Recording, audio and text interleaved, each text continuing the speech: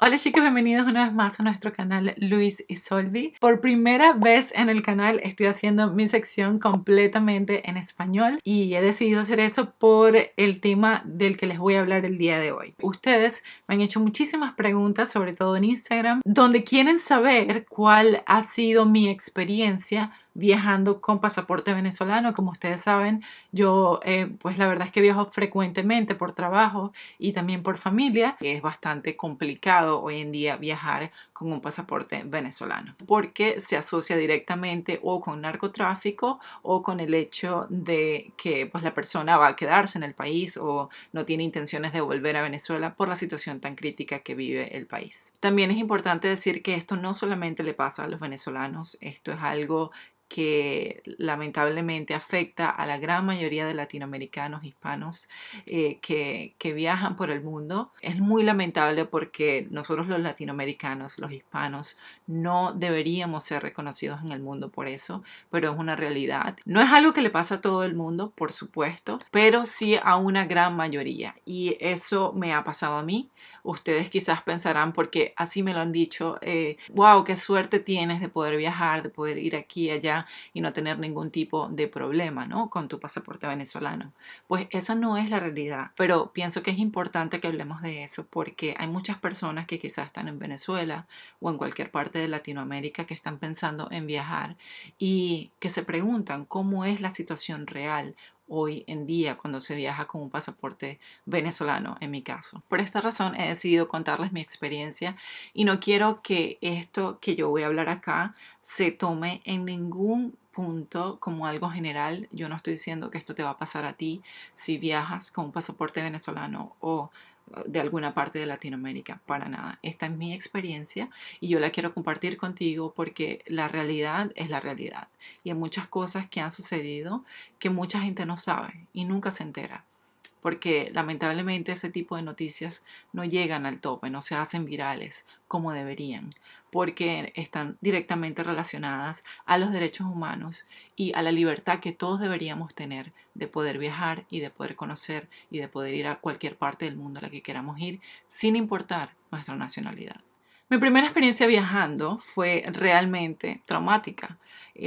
Fueron muchísimas cosas las que sucedieron en ese primer viaje, mi primera salida de Venezuela. Yo tenía 21 años en ese entonces, yo me gradué de la universidad a los 20, estaba bastante joven, y mi regalo de graduación por medio de un familiar muy cercano fue un viaje a España, a Madrid específicamente. Ese iba a ser mi primer viaje al exterior, mi primera salida de Venezuela. Se podrán imaginar lo feliz y lo contenta que estaba, lo emocionada, la expectativa que tenía, ¿no? Eso fue en el año 2009.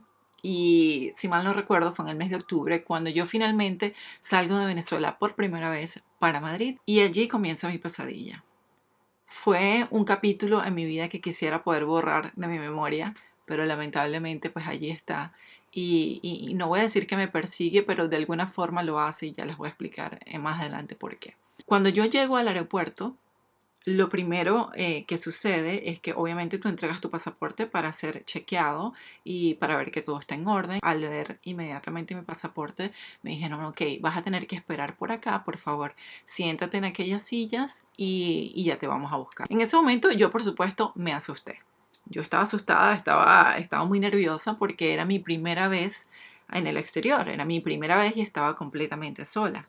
Así que bueno, yo me siento a esperar. Yo llevaba conmigo una carta de invitación que me la había dado mi familiar, quien me esperaba en España. Me pasan a una sala más grande donde había muchas otras personas, y en ese momento yo como que caí en cuenta de lo que realmente podría estar pasando. Yo dije, esto no suena bien, ya tengo mucho tiempo esperando. Veo que aquí hay otras personas, pregunto a mi alrededor y esas personas tenían horas esperando. Yo entendí que las cosas no estaban bien, que algo estaba pasando, ¿no? Yo en ese momento me asusté mucho y yo tenía a mi mejor amiga, que por cierto vive en Madrid todavía. Ella me estaba esperando con su familia afuera en el aeropuerto. Y yo en ese momento entro en pánico y digo, no sé cuántas horas voy a estar acá, mi teléfono no tenía recepción. Yo volteo y veo a este muchacho y lo escucho hablando con otra persona y me doy cuenta que el muchacho es venezolano. Entonces yo le digo al muchacho, por favor, ¿tienes alguna manera de comunicarte con el exterior, no? Y él me dice, bueno, yo tengo mi teléfono, pero no tengo casi saldo.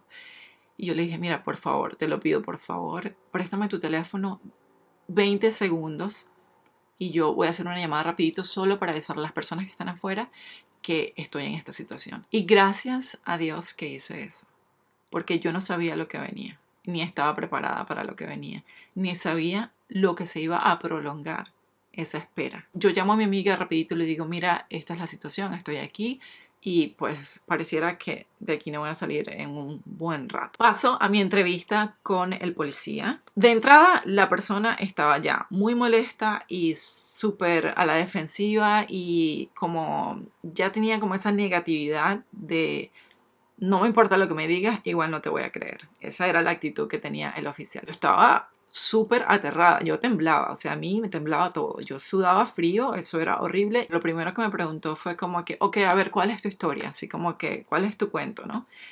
Entonces yo le dije, bueno, vengo a Madrid por 2 semanas, voy a visitar a una amiga, voy a visitar a un familiar, tengo mi carta de invitación y él se me queda viendo así como muy, ¿sabes?, incrédulo de lo que yo le decía y me dice, ¿y qué hace una muchacha como tú viajando sola? Y yo me quedo así como que, ya va, yo no creo que yo sea la primera muchacha joven que decide viajar sola. Entonces yo le digo, bueno, es que yo me acabo de graduar de la universidad y este fue mi regalo de graduación, venir a pasar acá 2 semanas. Entonces el oficial me dijo, bueno, mira, yo te voy a ser sincero porque además imagínate toda la gente que tenemos afuera y no podemos estar perdiendo el tiempo aquí. Nada más con verte ya yo sé a lo que vienes. Yo me quedé fría.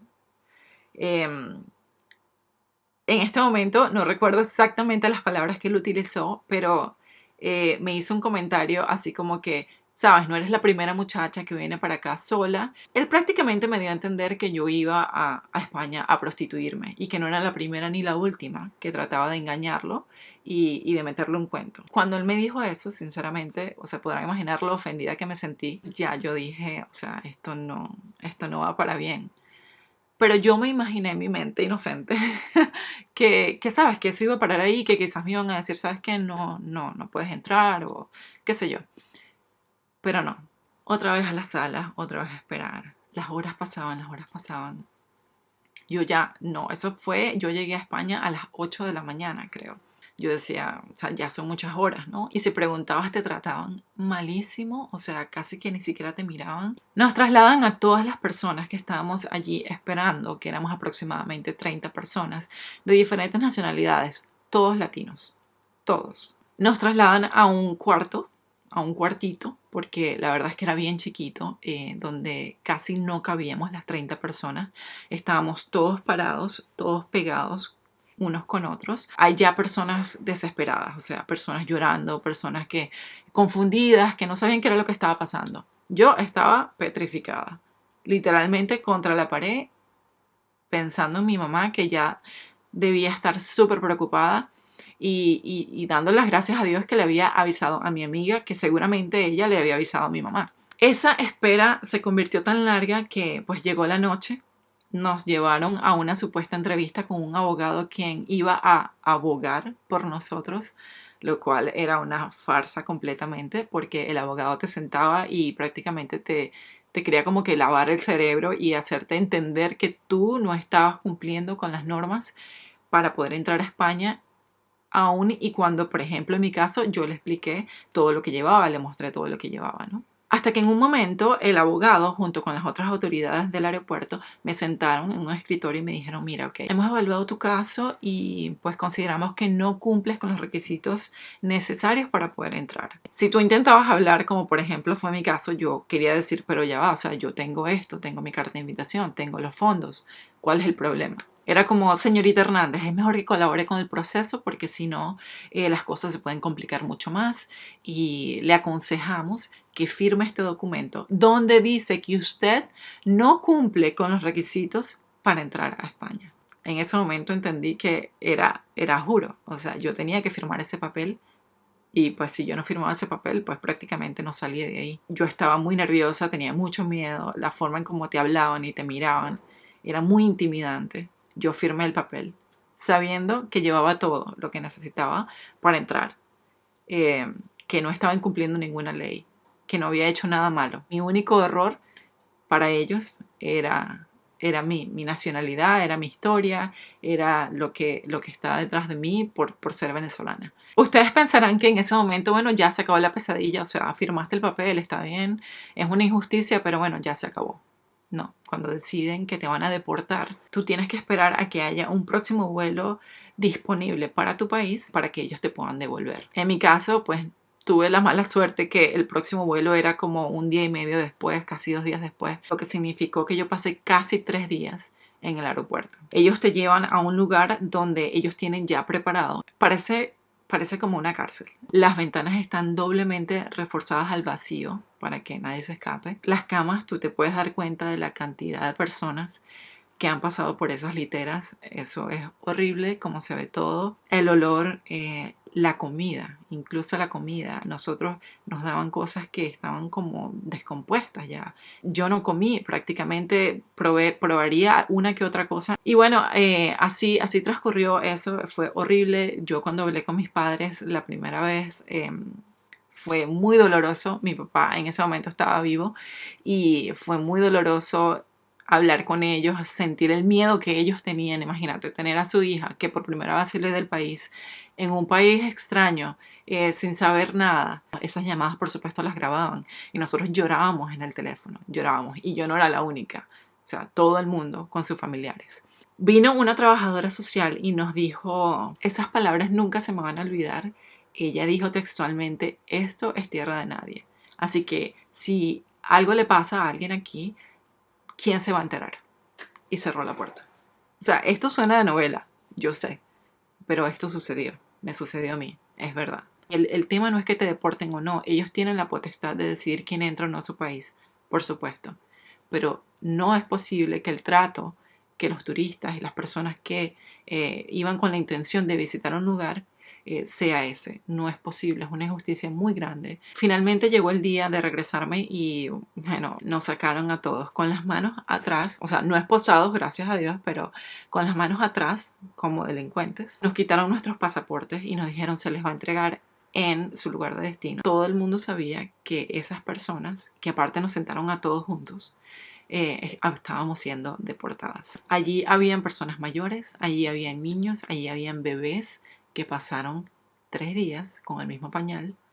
Allí habían personas mayores que necesitaban medicinas y que no podían tomarlas porque todas nuestras pertenencias fueron alejadas de nosotros desde el principio. Esa fue mi primera experiencia como turista, mi primera experiencia fuera de mi país. Me ha causado un trauma. La verdad, yo sé que quizás suena un poquito drástico o dramático, pero yo no puedo pisar un aeropuerto porque a mí se me baja todo. O sea, a mí me empiezan a sudar las manos. Y estamos hablando incluso cuando viajo con Luis. Imagínense cuando viajo sola. Y todavía en muchos aeropuertos me ponen a un lado para registrarme, para revisarme. El trato que me dan a mí es completamente diferente al que le dan a Luis. Lo más lamentable es que cuando yo llegué a Venezuela en ese año, en el 2009, y solamente en ese mes habían devuelto a 900 venezolanos de Madrid, 900 personas que habían pasado por mi experiencia, pero nadie dice nada. Yo llegué a Venezuela escribiendo un artículo sobre eso. Mi papá me dijo, tú tienes que escribir sobre lo que te pasó,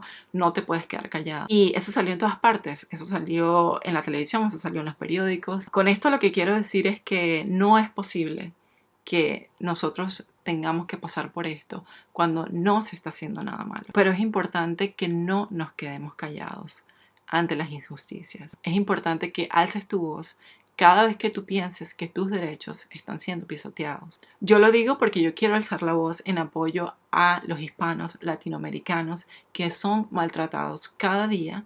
No puede ser que nos encasillen solamente por nuestra nacionalidad, que nos vean como delincuentes en todas partes y que nos quieran tratar como tal. Si a ti te ha pasado algo parecido, tú tienes que alzar la voz también. Les mando un beso enorme y muchísimas gracias por siempre apoyarnos, por siempre estar aquí con nosotros y por siempre ver nuestros videos. Déjenme saber si quieren que haga más videos en español y de qué quieren que les hable.